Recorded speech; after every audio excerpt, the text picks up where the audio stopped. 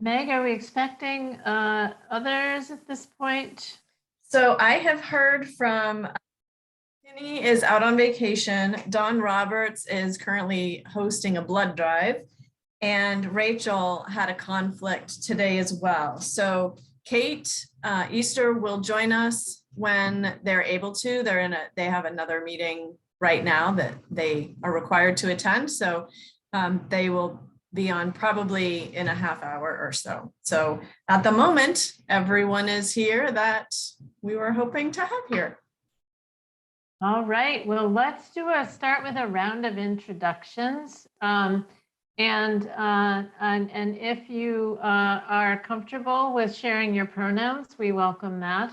I'm Carol Martin, and I will be supporting your conversation today. I've been supporting the Close the Gap team for a little while now, and my pronouns are she and her. Sultana, you want to introduce yourself? Hi there, I'm Sultana. I use she, her pronouns. I work for Mervyn, the Maine Resilience Building Network. I'm their special projects director. Hi, I'm happy to be here. And also I am in Millinocket right now. So I might also need to turn my camera off occasionally because my Wi-Fi is a little spotty where I am also, but we'll do my best. All right, thank you. Aaron?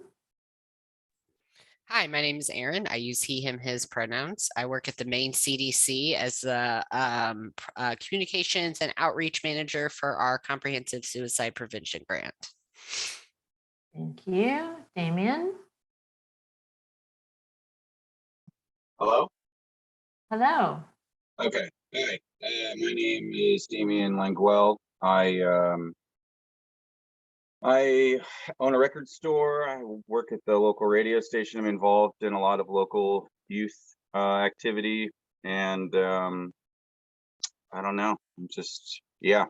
He, they, and yeah, I'm here.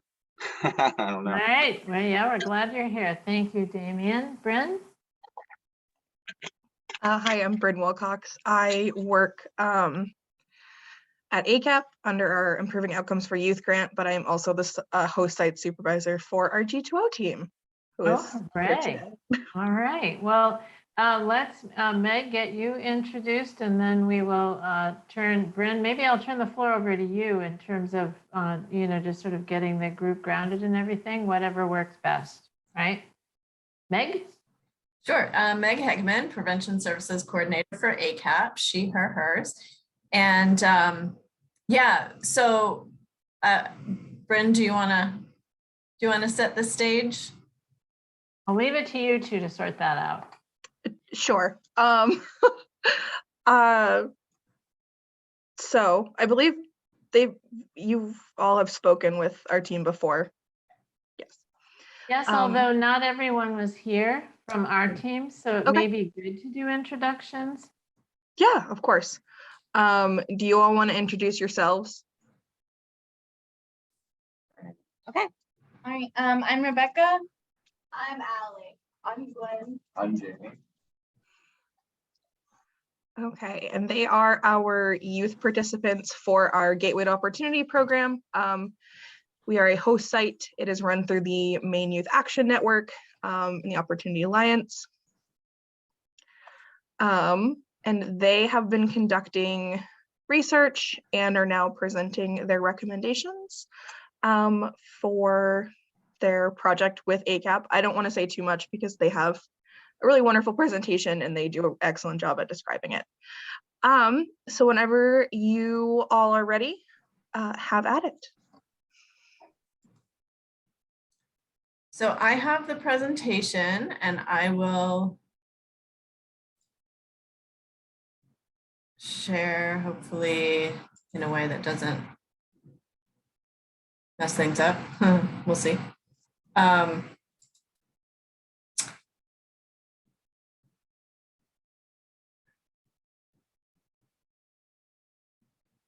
And because it's Google, I don't know if I can get it into a typical view where you only see one slide. So it's hopefully it won't be too distracting to have all of the slides visible over on the side. But can everyone see that? Okay. We can, yes. Okay, excellent. So the team did this presentation for our prevention group yesterday and has tweaked it since then. And I think, yeah, so I'm gonna let them go. I think it will give us lots to discuss going forward. So the voice in the background, I don't know, or maybe just the hand in the background, Belen is the team leader and she will be managing the mute unmute button and probably chiming in as needed. So I think what worked well last time, and you guys can tell us if you'd like it any different, they'll do the presentation and then we can ask questions. Do you want us to ask as we go or do you want us to wait until the end? Towards the end, because the group has about just until 3:30. So we can try to get through the slides and then the questions at the end would be a lot more manageable, I believe, if that's okay. Sounds good. So you'll just need to tell me when you want to advance. Okay, The floor is yours. thank you, Meg. Okay. All right, so next slide. So the project, ACAP gave us a project of assessing youth connection to their community. And so the team created a Google form and we had that running for 10 days. And then after the 10 days, we took our results from the survey and brainstormed solutions to the problems that we were finding to make teens feel involved in their communities. What's next? Next slide. Supporting data/findings. The Maine Resilience Building Network had a survey in April of 2021 for the question, do you agree or disagree that in your community you feel like you matter to people? Only 53.1% felt like they mattered. The Maine Resilience Building Network created a Aroostook Public Health District 8 paper in April of 2021. The question was, has at least one teacher who really cares and gives support?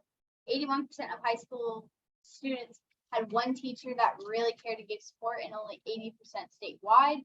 The Maine Resilience Building Network also created a protective factors mattering in community bar graph in April of 2021 based on what percentage of high school students feel like they matter in their community. Heterosexual was the highest percentage of 60.1%. Cisgender was the next highest at 57.4%. Then gay/lesbian at 43.0%, bisexual at 35.0%, and the transgender with the lowest percentage at 32.0%.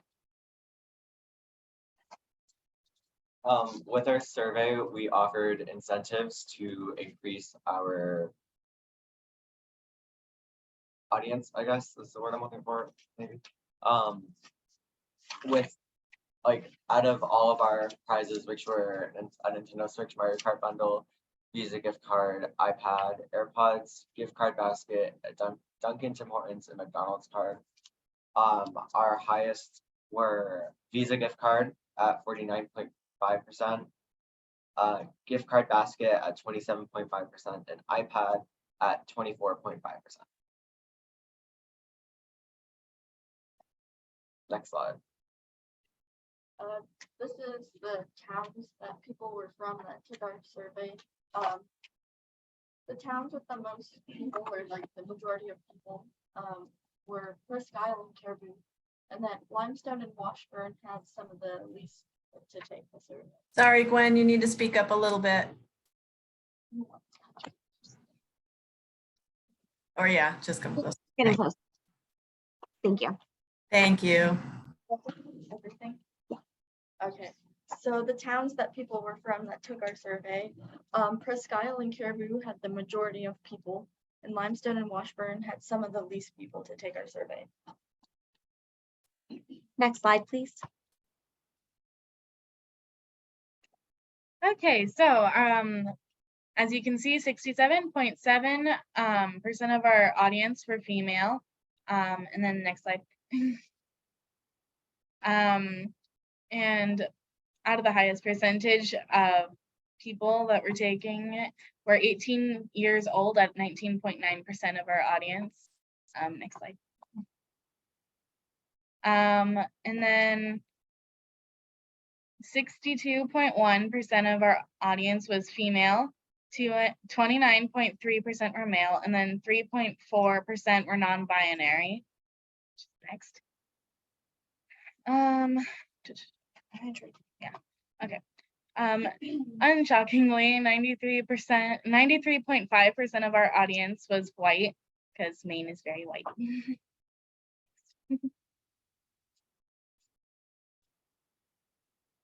The grade level of survey participants, the highest percentage was 37.9%, which were juniors, and the lowest percentage was 13.8% for seniors.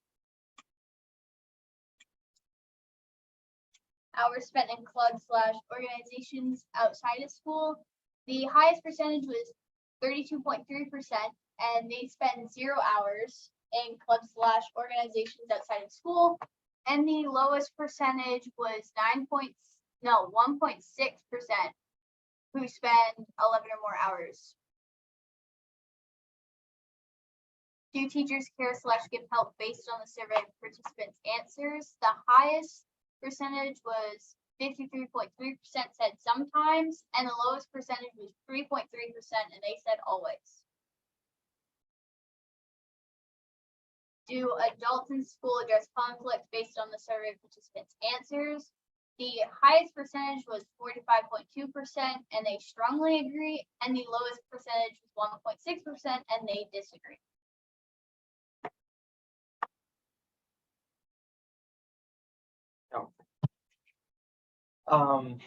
So based on survey participants' answers, how many teens have access to teen spaces based on our answers? Our largest response was 59.7 at maybe, then 25.8 at yes, and then 14.5 at no. Next. Then how many teens are interested in a drop-in program based on the survey? 49.2% said yes, 31.1% said maybe, and 19.7% said no. How many teens would feel safe participating in a teen drop-in program based on survey responses? 37.1% said maybe, 59.7% said yes, and 3.2% said no.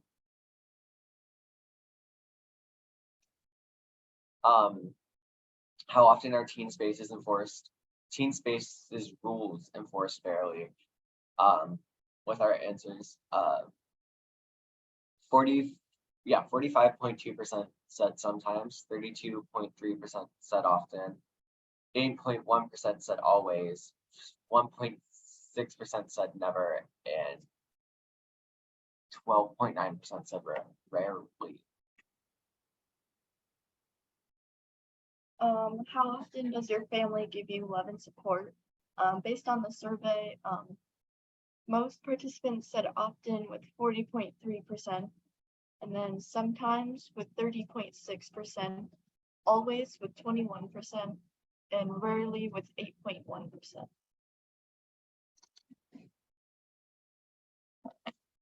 How often do you have support from adults other than family? Based on the survey, most people said always with 62.9%, often with 30.6%, rarely with 3.2%, and sometimes with 1.6%. And then, do you have enough food at home? And most people, 93.1% said yes, 5.2% said maybe, and 1.7% said no. That one's me. Yeah. Based on our survey in the past 30 days, 98.4% of people said they hadn't used any tobacco products, including vapes and e-cigarettes, and 1.6% they did. Yeah. And then again, in the past 30 days, 54.8% of our responses said that they hadn't drank any sort of alcohol. 40.3% said yes, and 48% said maybe. 4.8% said maybe. In the past 30 days, have you used any marijuana products? 96.7% said no, and 3.3% said yes. In the past 30 had a sense. I missed the days. In the past 30 days, have you had a sense of hopelessness or depression? 3.3% said they had, and 96.7% said no.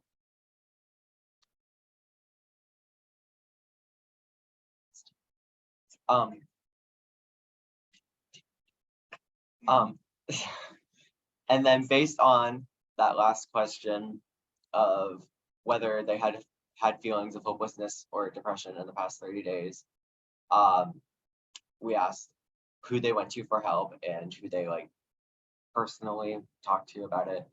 Our top three were parents at 23.2%, nobody at 20%, and friends at 19.8%.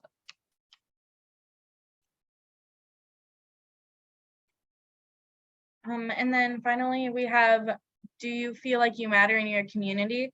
And what surprised us is that it was somewhat, most people feel that they somewhat feel that they matter. And after talking to a few youth, we figured that we came to the conclusion that they feel like they matter to their job.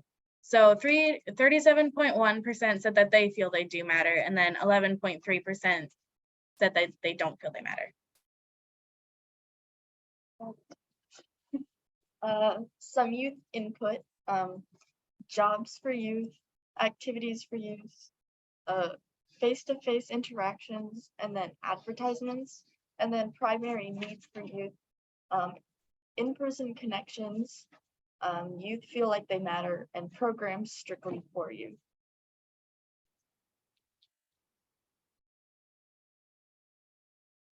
Oh, that's me. Sorry, things that haven't been working is marketing to youth. So far we've found that youth, in order to market or connect to them, is to do in-person marketing and contacting them, because we're more likely to listen to you than to read a sign on a wall. A lot of the programs that we've found are just a little too career focused, because the high school and the rec center also offer career centered programs. So we are not necessarily going to join another program that's centered upon careers when that's everywhere else we go. Personal connection. So you're going to want to be building a personal connection with your audience. You're building up a culture, if you think about it. And the programs that we found so far are only targeting one specific type of audience, which is those that are homeless or into drugs or depressed, which is very important. But there's more kids than just that one single audience. And then conversations with youth, just remember that we're people, you know. We don't need, youth don't tend to keep things super formal unless you're in a formal presentation. So the best way to connect with them is just talk like you're like an everyday person. Next, please. I did research on this article that was based on a group of high school students from Florida in 1995. I found many similarities to what we did today in Northern Maine. They did a needs assessment survey that gave data based on what youth in the community need. We did a survey and addressed food security needs, teen drop-in program needs, and mental health needs. They did method and process, which can help build skills and help the community plan strategies in needed areas. We picked up many skills like working as a team, leadership skills, and how to listen to everyone's ideas and incorporate them into one. The students in Florida did a questionnaire design, and we made/created the questions for the survey we conducted.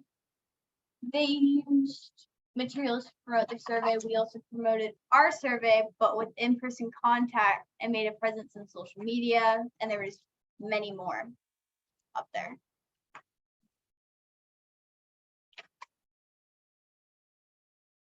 Boxes that checked off based on our proposals for the survey idea, which a lot of people weren't sure it would work because ACAP has done one in the past, aka Meg, and it wasn't very successful. And a big worry was that we wouldn't get any traction with it. To be fair, it wasn't just me. That was this whole group. This leadership team did that survey. Thank you very much. And got 9 people. And now ACAP can use the data we collected for recreational needs, and the survey also helped us stay within budget.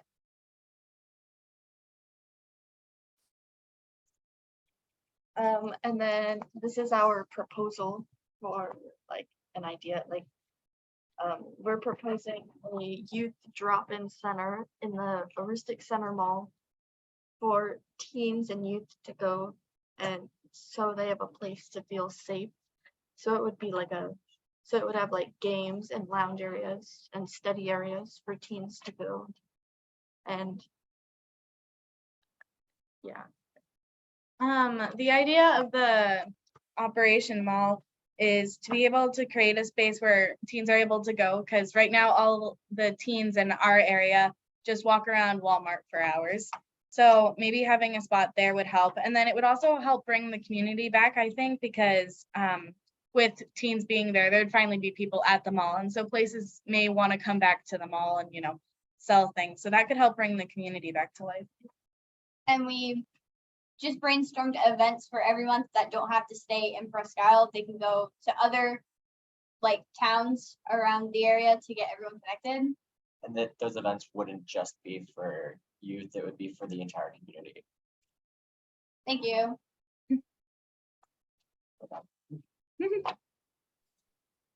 So can you talk just a little bit about the food piece too? What? The food piece. Yesterday you mentioned. Oh, Yes. So basically what it would be is like, so in the teen space in the mall, it would be like a buffet or kitchenette area where you could go and make food, and it would just be there, and it wouldn't be pre-proportioned or anything. Like how the schools do it is the free lunches over the summer are proportioned for like elementary kids, but they're not reproportioned for high schoolers. Okay, so they would be like correct proportions. The idea is then that there's not so much food insecurity, teens right now, even though they're going hungry, they're too ashamed to go to like the high school and get their free lunch when all their friends are there to see them. And it just creates a place where there's going to be food all the time. There's not a designated wait time for it or anything. So that's kind of cool with that.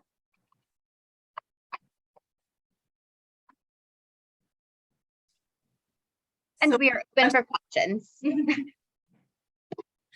What questions? I want to give Sultana, Damien, Aaron, what questions do you guys have for the team?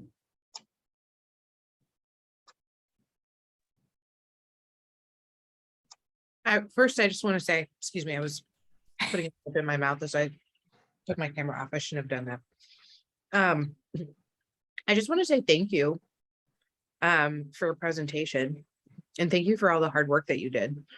This is really generous of you to give us your time and to give us so much information. Thank you.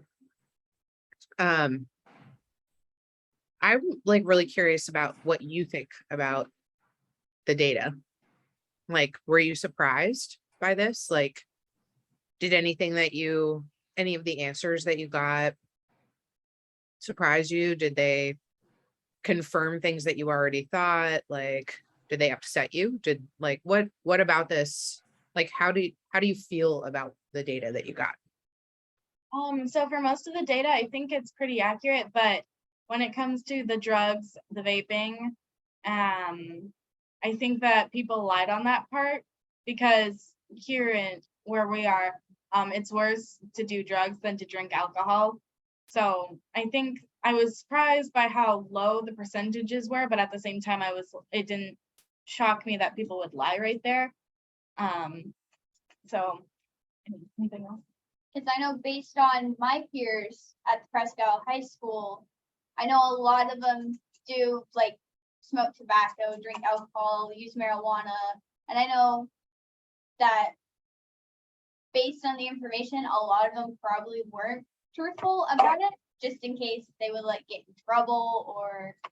Yeah, going off of what Ali was saying, like high schoolers would much rather admit drinking alcohol because compared to admitting you did drugs, it's just a slap on the wrist compared to like if you're like, oh yeah, I smoke, and there would be a lot more of a harsh punishment.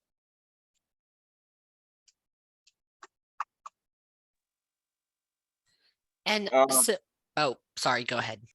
No, go ahead.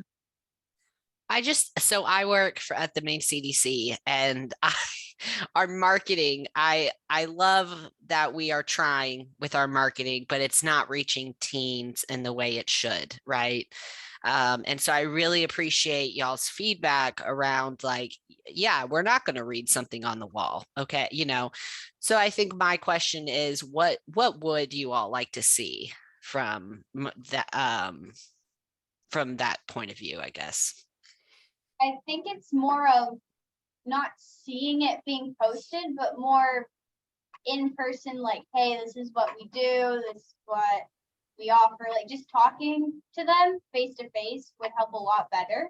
And definitely more personality into your like advertisement campaigns, because like a lot of them feel very cookie cutter and structured. We're not going to trust a corporation. We're going to trust a person. Just show Yeah. us that you're a human being, you know? Yeah. So I wonder if it would be helpful I don't know if we could even do this, but if we came out to schools and maybe tabled and like had in-person conversations, is that something that you all think would be helpful or no? I think so, if you can get into the schools. That's your biggest issues. Yeah. Okay. Just good food for thought. Thank you.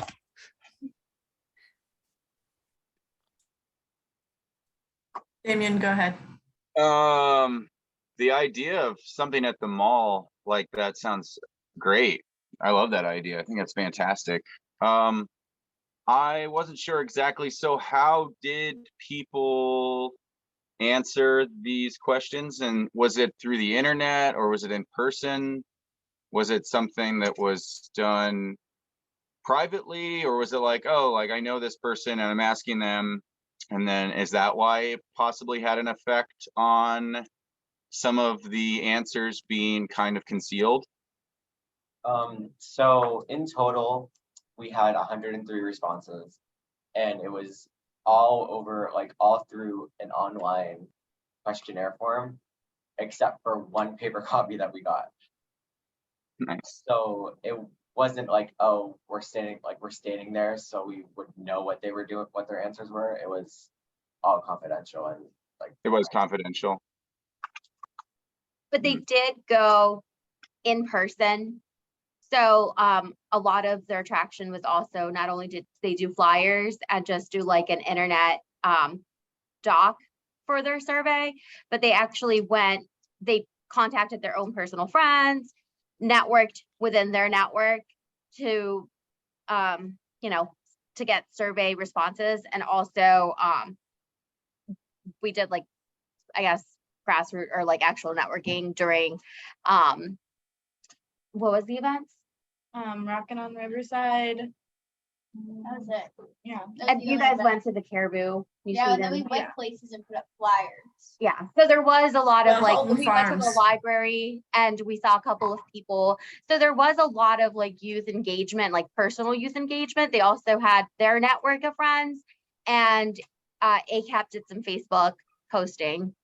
So even though the form was online, there was a lot of other types of networking and action that were going on. Yeah. Super.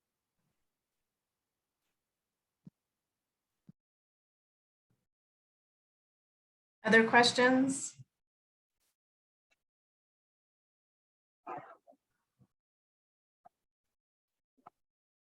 I have like a reflection question, I guess. It sounds like a lot, and this is a thing that I hear from young people a lot, and I'm really appreciative every time young people say it, because it sounds like it's not getting through. Which is that you would just like to be treated like people, which it's really lousy that you have to keep saying that. I'm really sorry. If we were gonna take your message back. And we had one thing to say to people. If we had one recommendation that we were gonna come back with and say, okay, all of your data told us one thing that would be most useful for adults to do for you, what would that one thing be? Would it be just to treat young people like they are people and to be more present to you as human beings? What would be the one thing that you got out of your experience in this? I think that the one thing that I got, or the main thing I got, is that youth don't feel like they matter unless they're, working. They only matter for one thing, which is to work. So I think that's kind of the takeaway, is to make them feel like they matter as a person,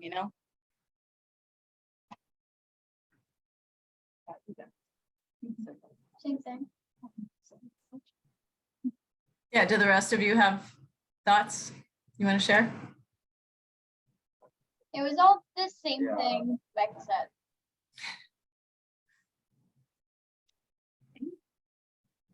Thank you.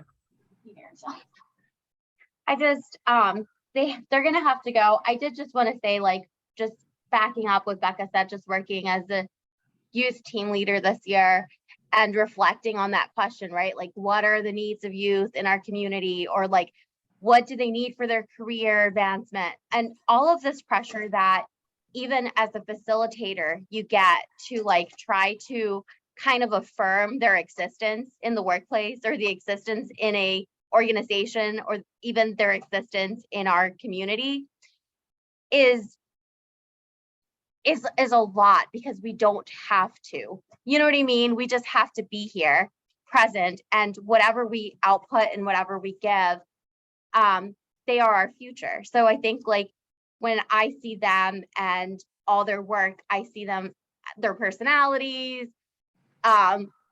It's just more inspiring, because it's like, okay, what kind of community do I want to lead, and how do I want to treat our peers that are youth, and to cultivate like a culture of inclusivity regardless of age, right?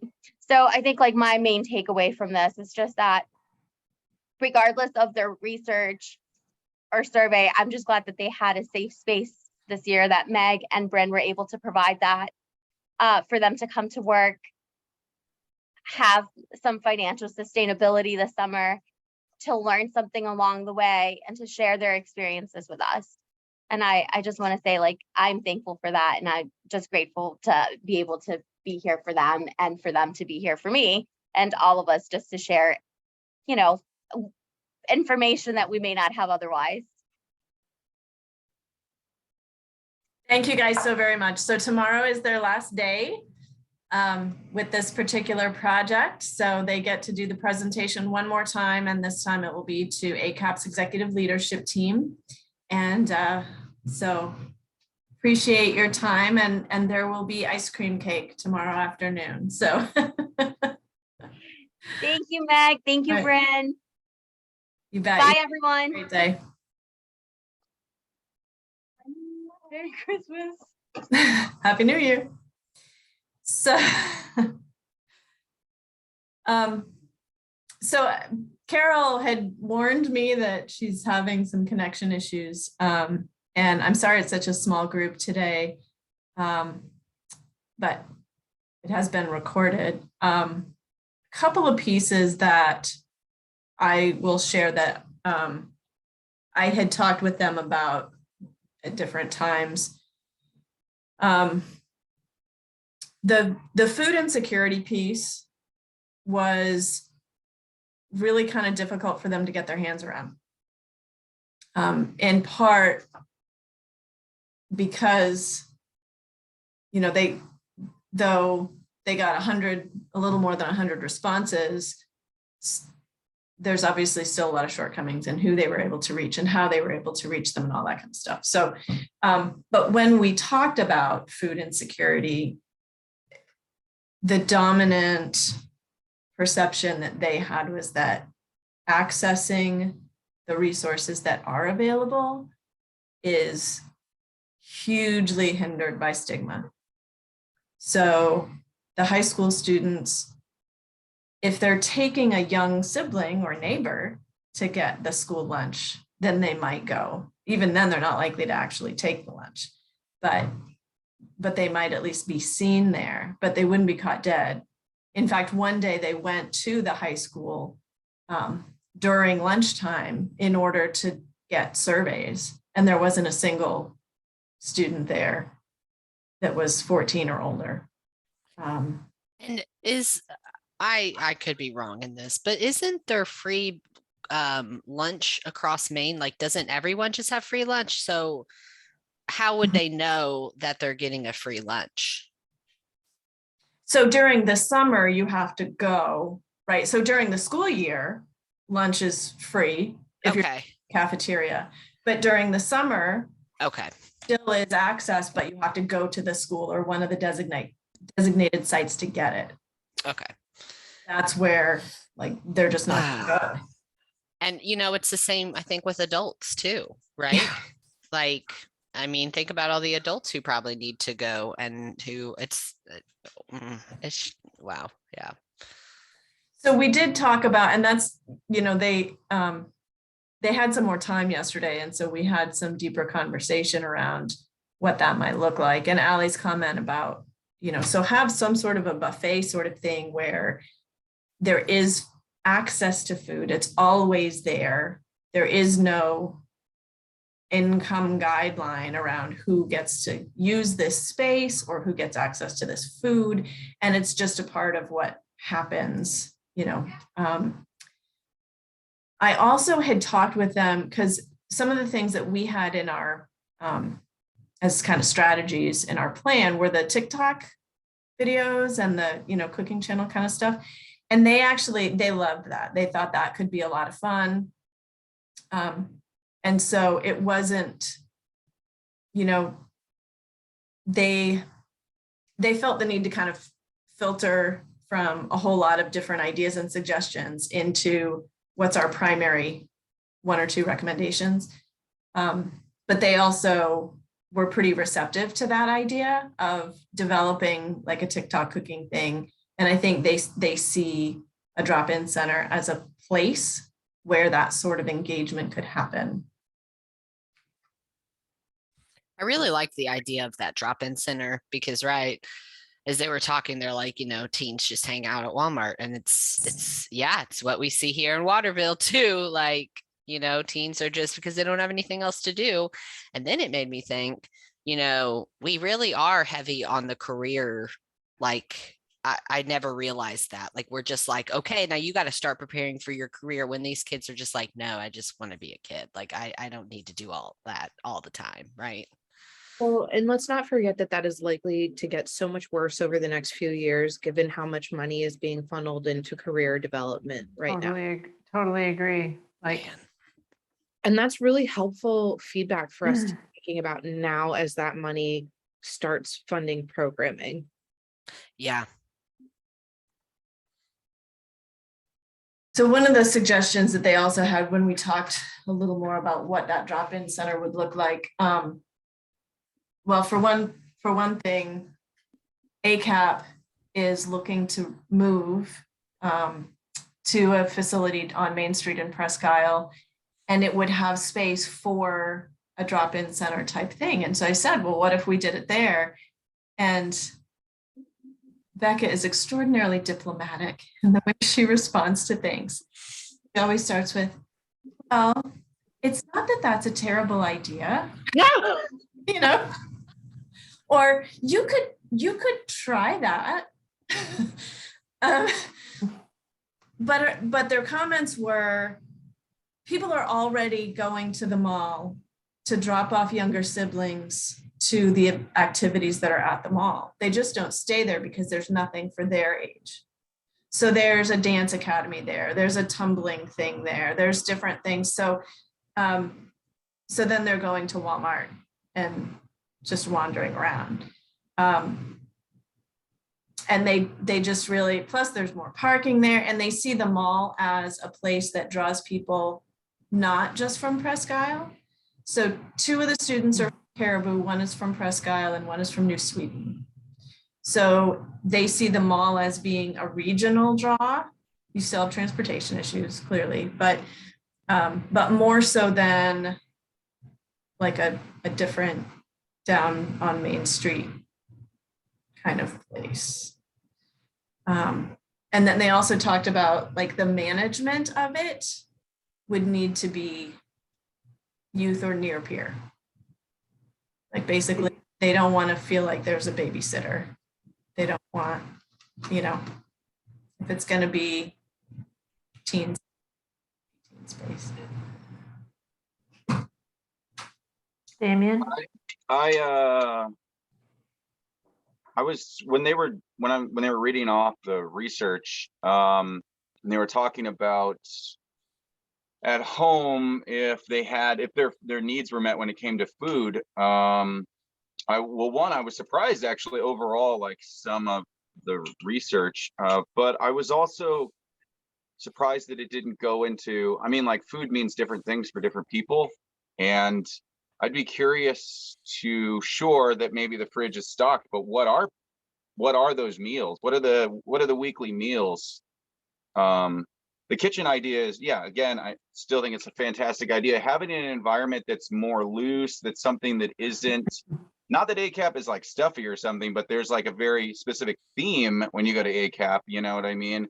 But if you go to a youth environment or a youth center, really, of some sorts, and yeah, there's like a designated open kind of kitchen area that is got a spirit of something that's not far reaching from like a studio sort of thing, you know, with all the elements to create something, and also even potentially cameras and lighting or whatever, you know, that they could just be like, hey, let's go over and make a video, and even have times where there are experts there to talk about it and also teach people how to make certain things. People can show up. What was the other thought? Oh, and the book thing. I mean, the mall is a fantastic idea. I've been reading that like malls, there's a generation of just the youth of seeing what malls represented in the 90s, what they represented when you watch Clueless and you see all of that stuff, and then you see kids at the mall, they're like, why isn't my mall like that? And that's like a very reoccurring theme, and there is an interest in that sort of environment again, because yeah, like up here in Presque Isle, there isn't, it's just all Walmart, you know. You go to the mall and it's mostly folks walking in circles for exercise. But that book, the book thing, I think it's called Book Nook. The Book Nook is amazing because it's literally free books, and it's in some spirit similar to this. What I'm getting here, which is that it's unsupervised. You just go in there. There's a donational box, and sky's the limit. Grab a book, take it home. I mean, sometimes I don't have money, and you know, the next time I'm in there, I put more money in. But like, there's a trust element to it, and if it was by the Book Nook, that would be fantastic, because it's also, not only are there cooking books in there, there's a cooking section in there, but it gives a lot of people don't even know that there's a free book zone in Presque Isle. But if this was by there, they could almost complement each other. I mean, it's education, it's literature, it's all kinds of fantastic stuff in there, and it's also free, so it could spark something that could be, I don't know, symbiotic or something. I don't know. Those are just thoughts, but yeah. That's a beautiful idea. The other thing that I learned is that they will get assigned group projects at school. They don't necessarily want to share phone numbers with the people that they're assigned to. And there's no real time or place for them to gather to work on those things. So you're right, Damien, the Book Nook would be a perfect place to allow that to happen. Right. Almost like an expansion of this whole thing. I mean, there's couches in there. I mean, it could like the study hall area for. Right. Yeah. They could accentuate each other in one way or the other. And yeah, I think kids are really looking. I mean, the youth that is like really looking for spaces like that. And yeah, I mean, going around the Walmart, I mean, I don't know, you know, like there should be something more, honestly, but. I love the idea of it like being transformed into a maker space also, right? Like, yeah.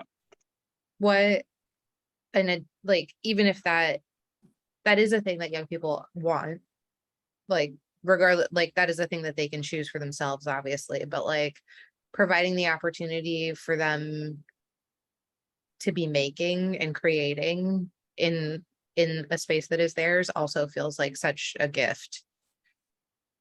So that's the other thing that's in that mall, Sultana, is Wintergreen Arts. Yeah. And that is, they primarily focus on younger ages, but they do occasionally they do photography camps, they do tech, they try to really balance that out. And I think if we had, kind of like Damien was just saying, if we could build on what's already existing in the mall, symbiotic seems to be the best word to describe that, where if we could just add one more element to get that critical mass, it would benefit all of those places. And I think another thing, my spouse works with youth, and they did a survey, or they read a survey. I'm not really sure where the survey came from. But it said that youth are almost on their phones or on screen time 100% of the day. And I was like, oh Wow. my gosh, that is. And I'm all about my electronics. Like I'm a video game nerd, but I think these spaces should be where youth can connect, not virtually, right? Because I think they've had enough of that. And I think it would be important to make sure that we, allow for tech to maybe be in these spaces, but make this an opportunity to be face to face, and that maker and things like that, so that they can make and do things, but, it not be on screen time all the time. Absolutely. And I think that gentle encouragement of, as opposed to like tech-free space. Yeah, because also, are we going to go to a text-free space? No, I'm not going to leave. I hate going to trivia and putting my phone in the bucket. Like, I look at them and I'm like, I'm an adult. If I won't look at my phone. But, it's things like that. You want the same thing. Right. Yeah. Right. It should be enticing because of the resources that we provide to an environment that allows them to explore things that they consciously or subconsciously need. And some of that even is nourishment. Some of that can be just learning about something in a different way. I mean, and a space like that, and being in the mall where there's already spaces like that can really, they can really work together. And I mean, I feel that's like a lot of what the things that we're trying to figure out in the community is that sometimes we already have certain things there, and we can, instead of being like, oh, well, we got to build this whole thing and we have to do this, we're like, well, what do we already have, and how can we apply that to what we're trying to achieve here?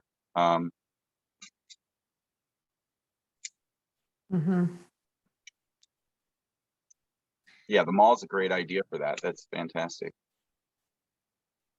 The other thing that I asked them at one point was, so if it weren't ACAP, right?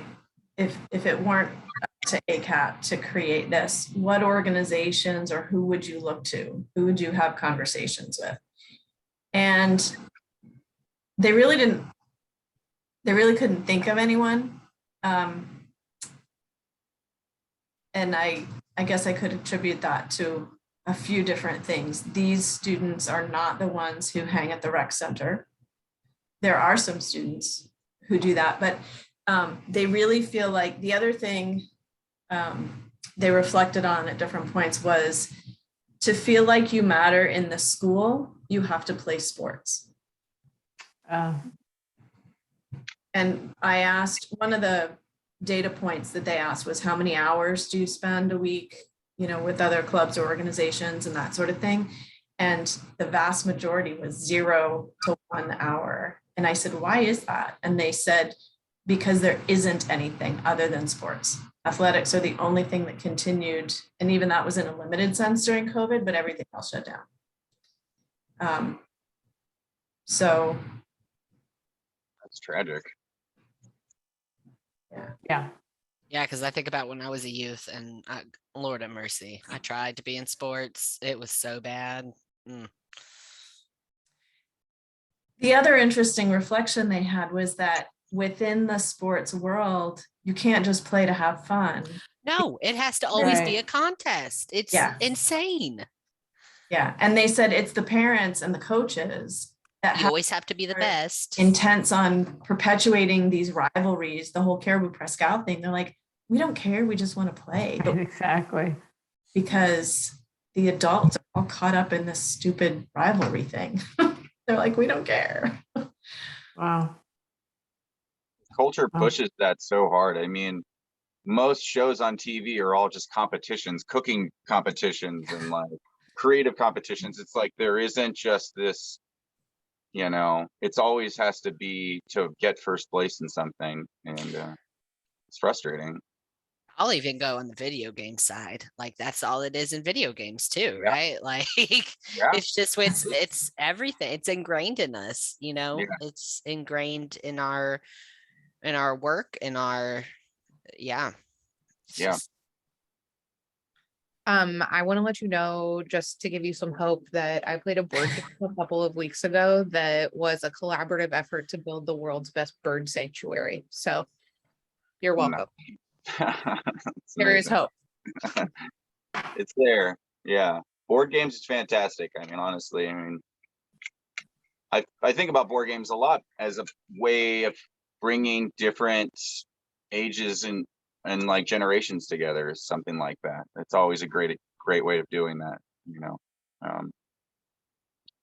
it's like simple rules and like anybody can figure it out, and next thing you know, we're not talking about our differences, we're just rolling dice and having a good time. And making birds happy in this case. Yeah. Here's to birds. Love birds. Love birds. Yeah. All right. Well, are there other things that we should be talking about right now in terms of this, in terms of next steps? There was one more data point that kind of stuck out to me, and it was, and I think this was it, that the trans youth felt like they didn't matter. It was like the most out of that population. Yeah. And so it really showed me, like, I wonder if the current climate of like everything going on in like Texas and Florida, like I wonder if youth are worried, that like that is going to happen here. And so I think, I don't know, it was just something that kind of hit me, and I was like, Absolutely. Yeah. And it's something that we should keep in mind all the time. I mean, it's a sliding, I feel like it's a slide.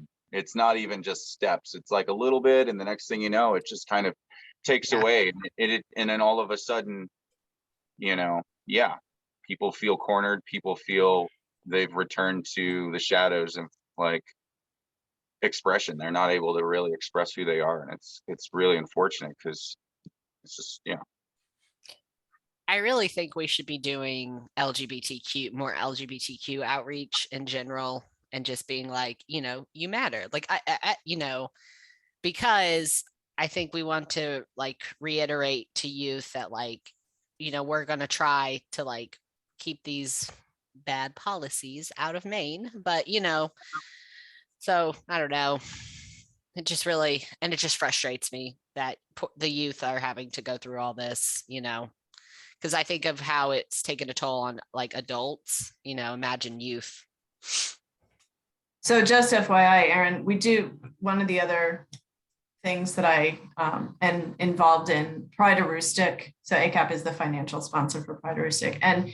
And that group, after the Pride Festival, is really keeping a lot of momentum going, and met in Caribou because Caribou High School's Gay Straight Alliance or Diversity Club, I don't remember what they called themselves.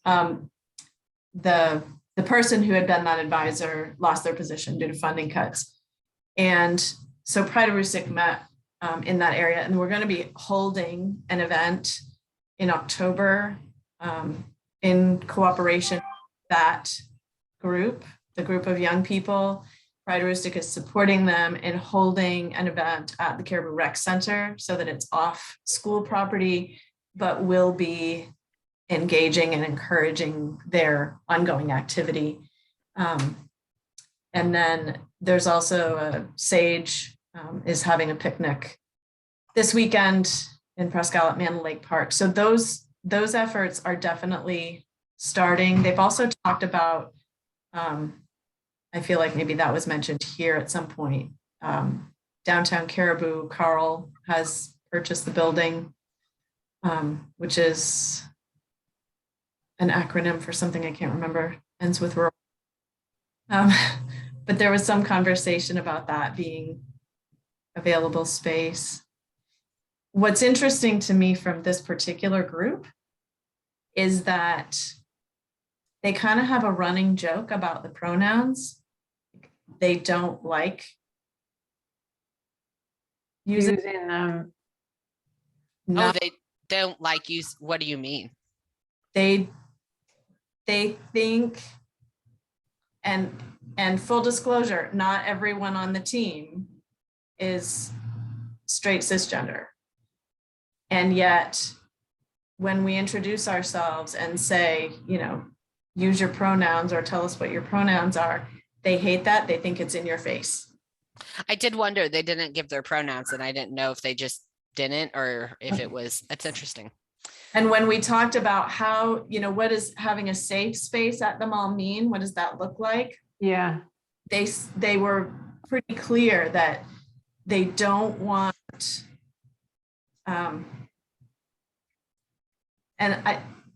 they don't want it to be, I don't know how to phrase it other than like in your face. So they just want it to be the assumption everyone is welcome and it doesn't matter. Yeah. Does that make sense? Like they don't need rainbow flags everywhere. They don't need all this stuff. Which find odd, honestly. Yeah, personally, because I'm all like rainbow flag everything and pronouns. I mean, I put them in my email. I have a whole thing about why you should put your pronouns in your email. So that's interesting. And I wonder, is that reflective of not all youth, obviously, but of maybe a lot of youth? Well, and I'm curious about the why. If the why is we're apprehensive and we don't want to draw attention, back to the 32% of transgender youth who believe they matter, right? Versus 60 or whatever for,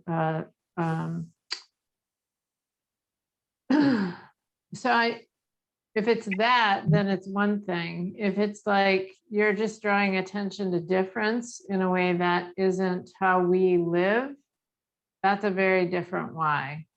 And so I don't know, maybe it's a combination of the two, but I do wonder. I mean, because it is right now, it's not easy to be out if you don't know how to manage that. And who does know how to fully manage it? And I can say from a personal view, I came out as trans while I was at work. And the only reason I did it is because I had a supportive team and I knew that they were supportive and I knew that they weren't going to be all like in your face about, right? Like, so I guess it also does, its environment is important. Yes. I think it's like I'm not sure making assumptions or guesses about what the reasoning is, you know, either we can ask or. Oh, no, that's my point. My point is what's the why? And have they talked about that? Meg, have they talked about the why or you don't know? So it's I was not in the room during some of those conversations. And my own perception is that given some of the personalities, it probably turned into more of a lecture than a true opportunity to listen. Yeah. But the other piece of information that I think that I personally am beyond excited about is that I had a conversation with the grants management person over these social determinants of health grants at the CDC. And although it was a new person who was literally there for a hot minute, and then I got a message that there was a different person in that role, the person I talked to last week said that we are able to apply for a no-cost extension through the end of this calendar year. So we don't have to have our accelerator plan submitted at the end of September. Great. We have time. Great. The other piece is that I talked with our workforce development folks,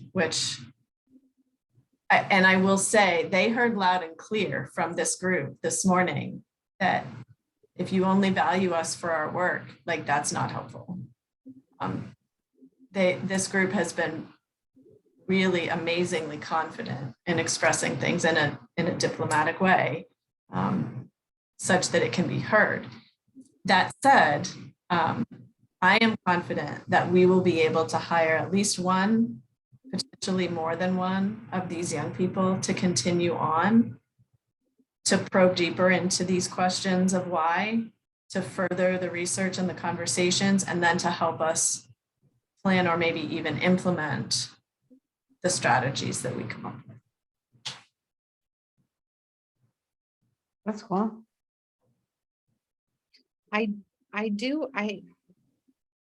My like one question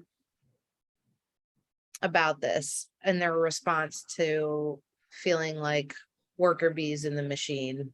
I just mixed metaphors there, but you know what I'm saying. Don't kill the bees, Sultana. I was Have like, enough issues. I'm a murderer. Is I wonder if a different if a different class feels the same way. Just as like if that is an opportunity for mobility that is received differently. That is my one question. And then also if like there's an opportunity for reframing as opposed to like getting rid of or shifting is right, like these are opportunities. These are required for you to live a life that you would like. And in order for you to have the life that you would like, exploration is the way that happens. And we have been talking about this internally about what that looks like in order to support businesses and chambers of commerce and things like that in their framing on how to talk about workforce development opportunities with young people. And really it is about like, how does this benefit you, not how does this benefit us? We had a little bit of that conversation this morning. Our work person was asking things like, so like what motivated you to take on this job? Or and all of these, well, I guess 3 of the 4 were already working in other positions when they applied for this one. So kind of why were you looking for work in the first place? And what was that about? I would also just be curious about what their financial literacy skills are, like as a link and a bridge to that, which is another thing that I'm talking a lot about with young people, is like their understanding of workforce development really is linked to, do they have financial literacy skills? And how those two things are related. What do you mean by financial literacy? Do you mean like budgeting and things like that? Yeah, I think that there's like a broader conversation about financial literacy. I do mean budgeting, but I also mean like, do they understand how taxes work? Do they understand how loans work? Has anyone ever talked to them about loans? Like Understand credit? Like, do they understand how money is a tool that is useful to them rather than a thing that keeps them from living lives that make them healthy and happy? Yeah, I just listened to a commercial or a radio ad, and it was this car place. They're like, are you 18 years old and have a job? Well, come get a loan. I was like, these 18-year-olds don't even know about loans. Like, I know when I signed up for college, I was just signing off. I was like, yeah, that's fine, whatever, like, so that's really important. I'm going to resent that until I'm dead, I think. Maybe me too. Yeah. I'm like, I shouldn't have to pay this back. Like, why did they trust me with that? So yeah. That's one of the programs that we have that is in 5 counties. It's called Breakthrough Youth, and financial literacy is the one component that has been the easiest to get people into. There's 4 different components of it. And one of the things that we heard this morning is that the soft skills, the 21st century workforce skills, the whatever you want to call it, communication, resume writing, handshakes, all that kind of show up for work on time. They were very clear that they get that 15 ways from Sunday in school. Yeah. Class, jobs for main graduates, JMG class, guidance, like everybody and their brother does that, but nobody does financial literacy. And so we do that component. And that has been by far the most well-received, and the evaluations that come after the class are like, this is the stuff that I needed to know. And there's a lot of angst right now because NMCC, and not just them, but the community colleges are doing the whole free tuition thing right now. Yeah. Except that any assistance that they get has to go to that community college. So they're still left with nothing for books. Like even if they get a Pell Grant, they're left with nothing for books, nothing for transportation, for housing. It all has to go to meet that Tuition. Yeah. I just think school is such a gimmick. I'm sorry. I just think it's all. I totally agree. It is. It's just, I'm trying to go back to, I have a half a master's, and it put me in another $20,000 of debt, and I'm not even going to finish it. Like, it's just great. By the way, if you haven't participated in this yet, I participated in one of the facilitated discussions for Maine ED 2050. If you have not heard about that, I strongly encourage you to sign up and participate in their facilitated discussions. It was an incredible conversation with a really skilled facilitator. They are asking people from all over Maine what they would like education to look like in Maine in 2050. Oh, wow. And it, there are like a series of questions essentially that are like asking you what you want your community to look like, because school is part of your community, and how do you want school to support the community that you would like to live in. They record the conversations, they do them over Zoom, they're all virtual. Your face, the video will not be recorded, but the transcript will be kept, because then they send them to MIT Labs Cortico and they analyze the data so that they can pinpoint where there are trends from different places in Maine to say, okay, people from Aroostook County are talking about economic mobility or queer rights or agriculture or whatever. It's truly an incredible project. And I felt like I got so much out of the discussion and one of the people that was in my group was from Aroostook County. Actually, I want to say she maybe even worked for ACAP. And then there was someone from York. There was 2 people from Bath. Like, it was a really fascinating exercise that got me thinking about what education looks like, how it could look, what we could be redoing to reform it. Like, it was useful. And I would, if you send it to people, share it with people. It looks like this could be like such a great project. I think that's really important, because me and my spouse, we always talk about having kids, if we're going to have kids in this world or not. Yeah, I never know. And schooling is one of the biggest ones, is because we're like, well, we're going to have to move so they can go to a good school, right? And that's so sad, because like, how many people moving, first of all, is expensive, and it's like, how many people can afford to just pick up and move? Like, that's, just, so I'm excited to hear this. This is really great. Thank you for sharing, Sultana. Yeah. I felt really inspired by it. Maybe it's what? Huh? What did you say? Oh, I think it's amazing. I definitely want to check it out. It's exactly the sort of conversations that we need to be having. Yeah, I was just looking at the website. Thank you. Great.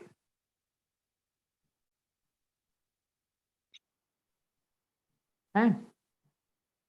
So I guess the one question that I have is, how does this inform the work that we Right. have done and or want to do?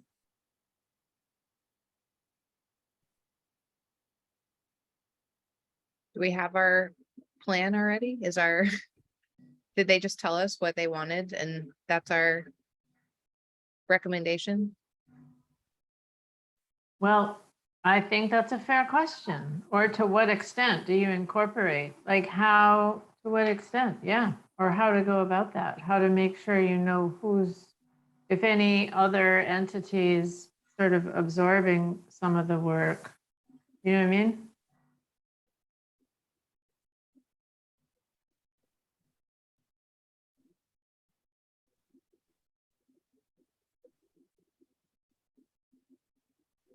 Yeah, I mean, I think they pretty clearly told us what they wanted. I think the question is like, upon reflection, does that meet the needs of the people who are most in need of support in getting food and having a space?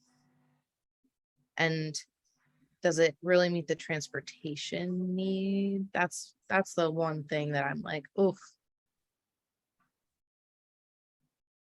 But in one way, there's like, if the makerspace happens and they create a digital cooking series of some way that young people create and produce, there's an at-home component that requires no transportation. But that doesn't address could it be that food is attached to that there's a drop off of some of this food that maybe makes it to the high school, or if you can make it to the mall, you can take home some of the ingredients.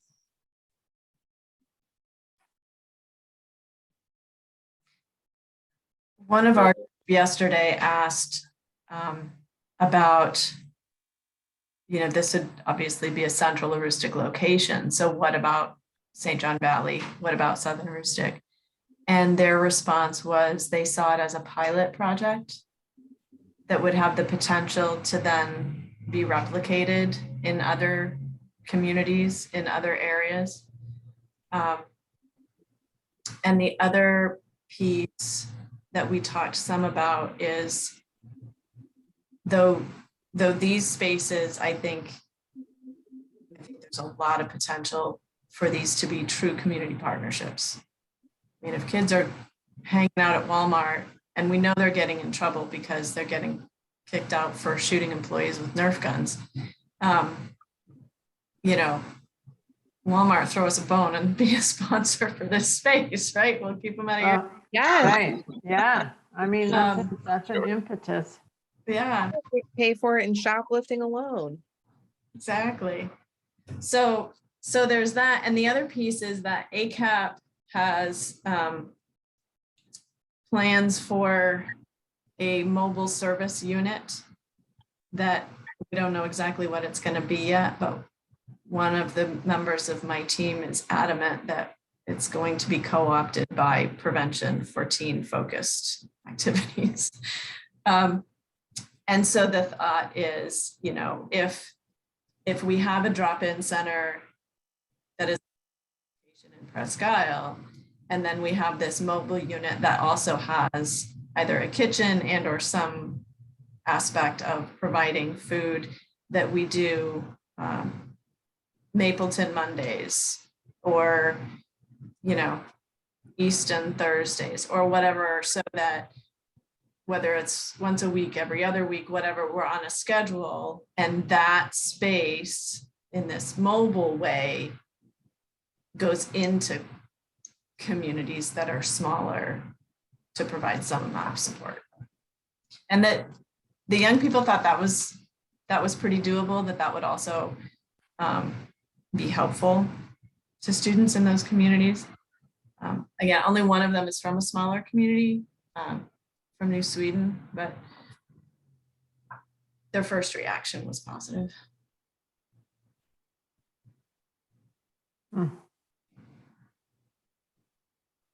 of seems like it would be useful to go walk around Walmart and talk to the people who are young people who are walking around Walmart. You mean the workers or the kids? The Or kids. both?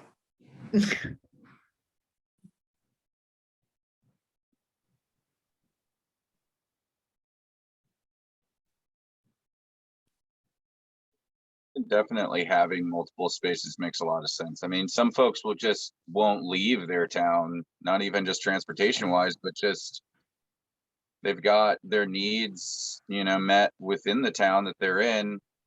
And some people just don't go to Caribou if they live in Presque Isle. Some people don't go to Presque Isle if they live in Caribou that often. Yeah. I mean, if we looked at this more, not like a gas station, but some sort of like resource spot, and that there were, different like locations, it would definitely have more of an effect without a doubt. I feel like the idea of having like events is a good idea. It's just also like, in my mind, it feels like having something that's like people can come and go from it instead of it just being like this one thing. I mean, having both would be great, but I don't know. I mean, at the end of the day, we just want to like get what people need, get them what they need. And how do we do that? And how do we do that when there are issues like communication or there's transportation and, but starting off with one spot and then seeing about, like something in New Sweden, because no one from New Sweden is going to go all the way down to Presque Isle to hang out at the mall for an hour, unless absolutely it was like something is happening there that is not happening in all of the state of Maine, and they have a very passionate relationship with whatever exciting thing is going on. And that's one thing, is like, how do we kind of, I don't know, how do we inspire folks to get up and go do things, or even just go to some of these things that are going to benefit them at the end of the day? That's one thing I was thinking about with food trucks or something like that. I mean, like some sort of vehicle that has something going on, or just, some sort of travel wagon that's got things happening that is affiliated with other, with like a built, like something that's at the mall. There's, like a vehicle or vehicles that does something. I don't know. Just different ways of trying to take care of it, I guess. I don't know. Thought.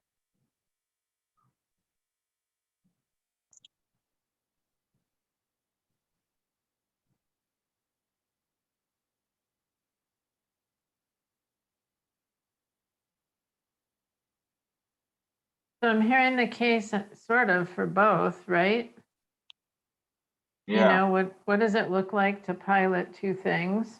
And be very clear about what you're testing. And to what extent the understanding of each is not ever told without the understanding of the other. So it's like, I think the youth space is the linchpin, right? yeah. 'Cause, like, whatever happens outside of that is useful and important, but like the youth space is really the like fulcrum of whatever happens, right? Like Mhm. there is a food need being met no matter what at that space by knowing that there is food available there at any time. That buffet idea, right? Like there's no stigma attached to this. Anyone can be there. It's not policed by adults. It looks how they want it to look. It behaves like they want it to behave. There's potentially a maker space there that supports some kind of content, right?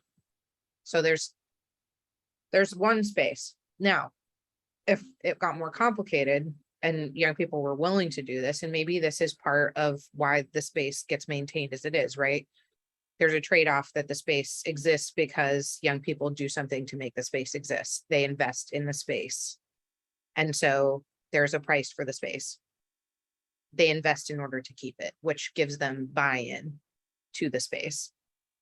Part of that requirement is like, okay, you create something that supports food security in your community. And perhaps that is you use this maker space to create digital content that creates a cooking show or whatever it is, but your contributions are addressing food insecurity in some way, and you can choose what that is. Here's one idea that we had, or that, you know, and maybe that's up to young people to create that, or maybe that's, you can have this space for the show, or, you know, what is I like the idea of there being something that incentivizes them to have the space.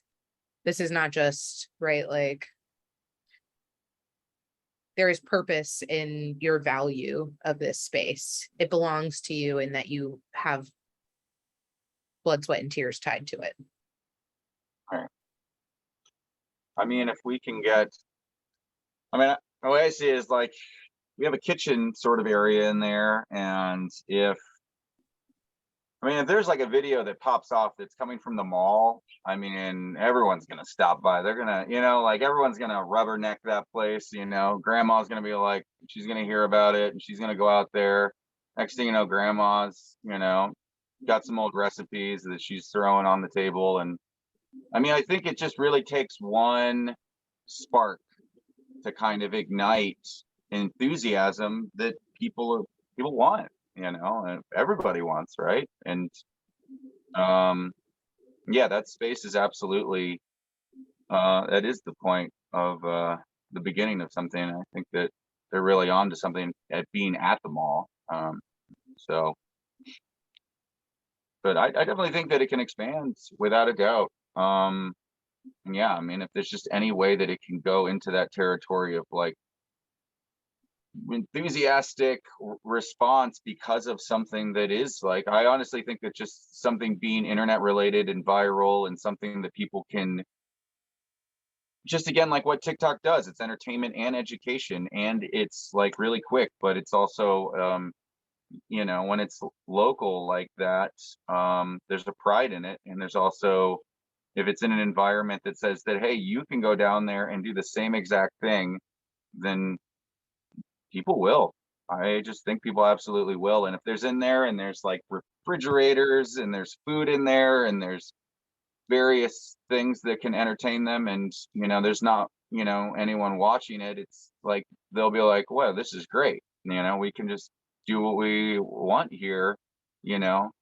And I think the one thing is just that adults need to step back and not just assume that kids are going to wreck the place, because I think that that's the difference sometimes, is that adults have lost their relationship with their own inner youth, and through that they communicate, not everybody of course, but like some folks will just be communicating with kids like they're aliens or something. It's like, and they're not, they're us from a different time or something. So Also, like, we can give them the tools that they need to thrive in a space like that, right? Like, young people cook in kitchens all the time. Like, they can be taught food safety. Like, yeah, I mean, it's more popular than ever. I mean, since COVID, I mean, DIY stuff and cooking, and specifically is far more popular. And yeah, I mean, there's ways that it can be, again, like that there can be pride for our community,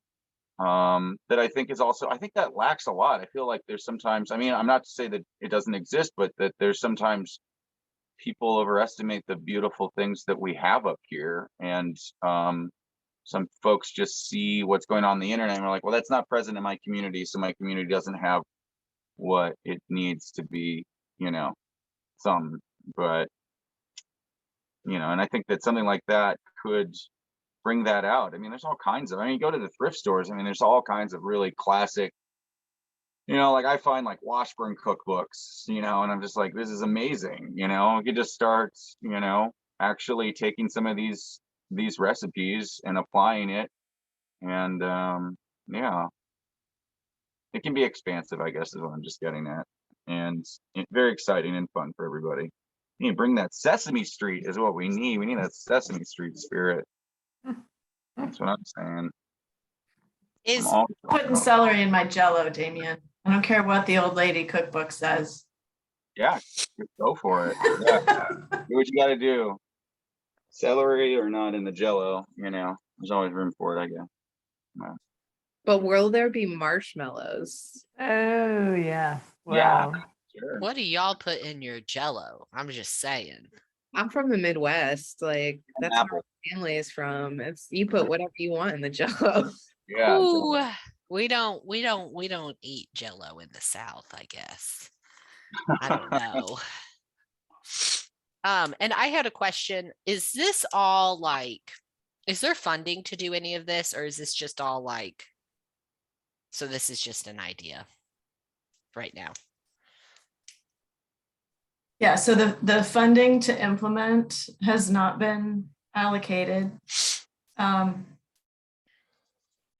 to be honest, this proposal, I think, if this is the direction we want to pursue, I think existing funding streams can be brought to bear, especially, to be completely honest, if we have a team of young adults who are the ones who do this presentation, edited, of course, and boiled down to focus on their case. But if this was a group of adolescents who went to the United Way and the manager of the mall and Walmart, right? Parks and Rec Department,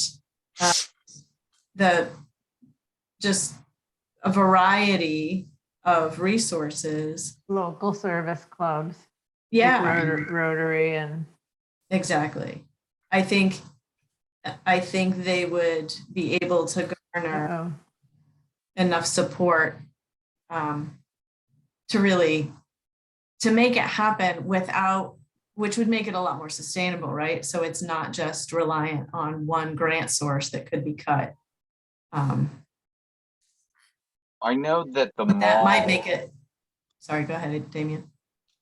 I know that the mall is like really, they want anything, right? For real. When Mainly Girls was there, we would have events, and that was basically what they're saying is kind of what was going on. And the one thing that, just to kind of break down how that went down there, because I think it would apply to this, is that, so a couple of things were going, is that the one thing that kind of, Mainly Girls had a space in the mall, and it was a big space. It was wonderful. When it was popping, you knew it was having an effect. You could see it. We had free improv, like I was doing free improvisational. I was like bringing my sax and my synthesizer and all kinds of fun stuff to bang on and make noise with. And there was a little stage, and it was great. There was some food. We had a table with food and stuff. The one thing that really stopped it from really continuing was it was always an event. It was always like it had to be an event. If it wasn't an event, then it wasn't happening. And it will, I don't know if it's just everyone's really busy all the time now or what, but people are busy, and not everybody came out. And you would have folks to be like, they'd come out one time and it absolutely had an effect on them. And then afterwards, they just wouldn't come back, there's something else going on in life. And I think that's where this being a space that is like the Book Nook, that is open, it's just open. It's just presented that way. There's workspaces, there's a kitchen, there's even honestly, I just think camera and all this stuff to be it's not just a kitchen. It's also I'm going to make a TikTok video here, and I can post it on my own personal platform. And there's also information on how it could be a TikTok that's like a Wikipedia TikTok for this space, or something that people can put their own videos in. Maybe we should make sure, before anything's posted. But the thing that the mall was very encouraging of it. So that was the thing. And then I think they even allowed 6 months or 8 months free. And I think that still applies to a lot of spaces. I really wanted to put the record store in there for a second, just because the idea of kids coming to the mall to go to the record store is classic.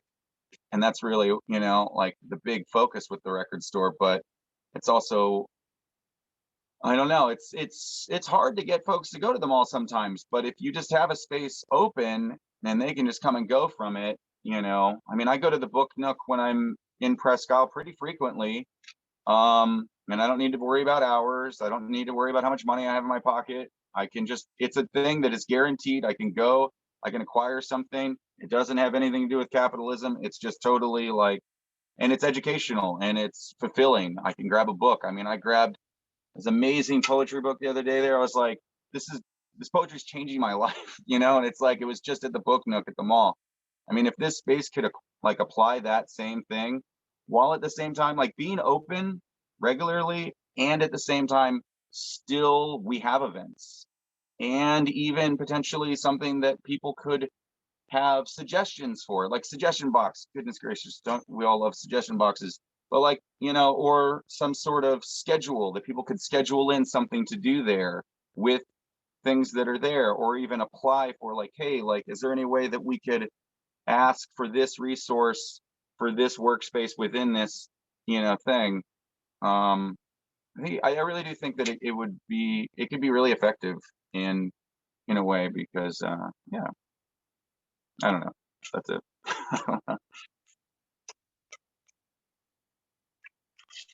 So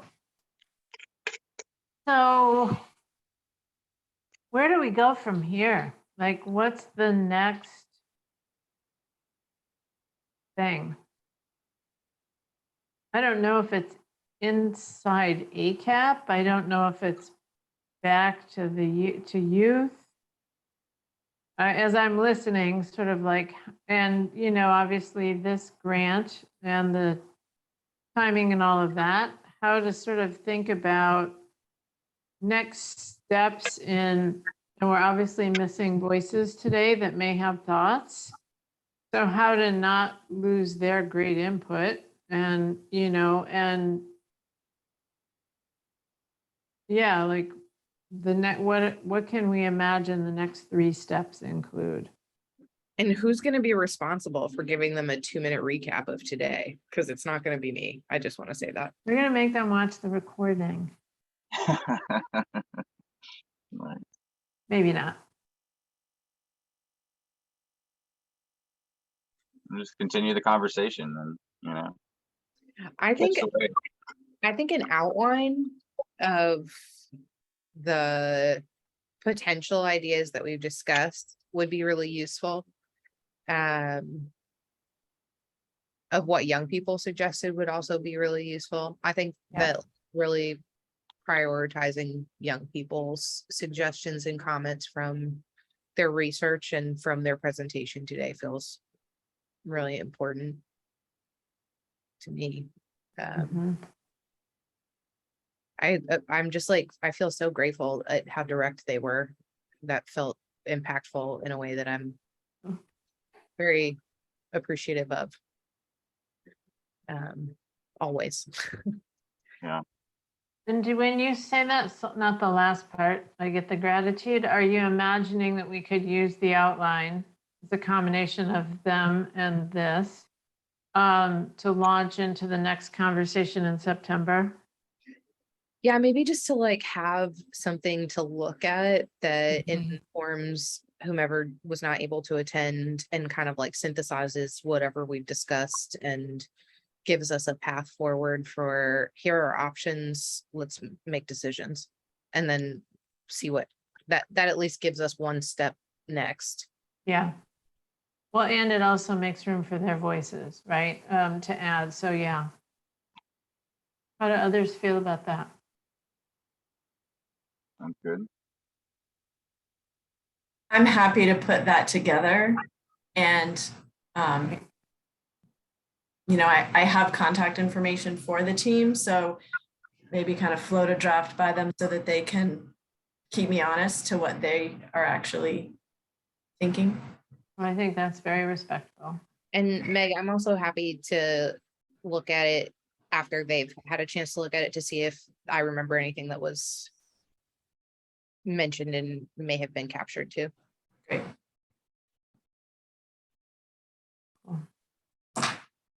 I don't have a great memory. I just am also happy to have eyes on it. That is useful to you. Fair. I appreciate that. So I work best by deadlines. So when is, I think our next meeting is like September 20th, right? yes, What if we have, is it reasonable, Meg, to ask for a draft by September 2nd? Which is a week from, or 2 weeks from Friday? yes, because that'll be right before I leave for vacation for a long week. So yes, that would be a great time. All right, because then we could get it out before Labor Day and then allow people to have time to read it. Hooray, I'm not the only one with the pet. Aaron's being accosted. That's love right there. That's Sorry. love. That's either love or hunger. Like feed me. If that was my cat, it would be feed me. Oh, let's go outside because I haven't been Oh, outside today. Well, he's been okay. outside, but not his walk. Oh, yeah. Okay. Just making that need known. All right. Then that would give us the, couple of weeks for people to read it and then to do another outreach to people who weren't here. And also we'll get it to the youth. Sultana as a first reader as an adult after the youth. And then, sort of incorporate all of that in time for the 20th. Okay, cool. All I right. probably won't be able to make the next one because I'm going to be on tour then. I'll try, but I won't be in the county for sure. So just letting you know. Sorry. I hope you have fun and you will be missed. Sounds very glamorous being on tour, Damien. I just have to say, I've never been on tour for anything in my whole life. I can only imagine what that It's gonna be involves. fun. Yeah, we're going down to Cleveland and back. I'm gonna see Roxy Music in Boston on the Okay. tour too, which I'm excited about, and 9 Inch Nails in Cleveland. So it's gonna be, lots of fun. Nice. All right. Yeah. Good time of year to be on the road. Yeah, gotta do it once in a while. All right. Anything else for today?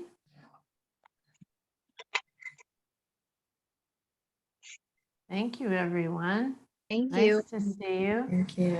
Thank you, Meg, Happy- for helping that happen.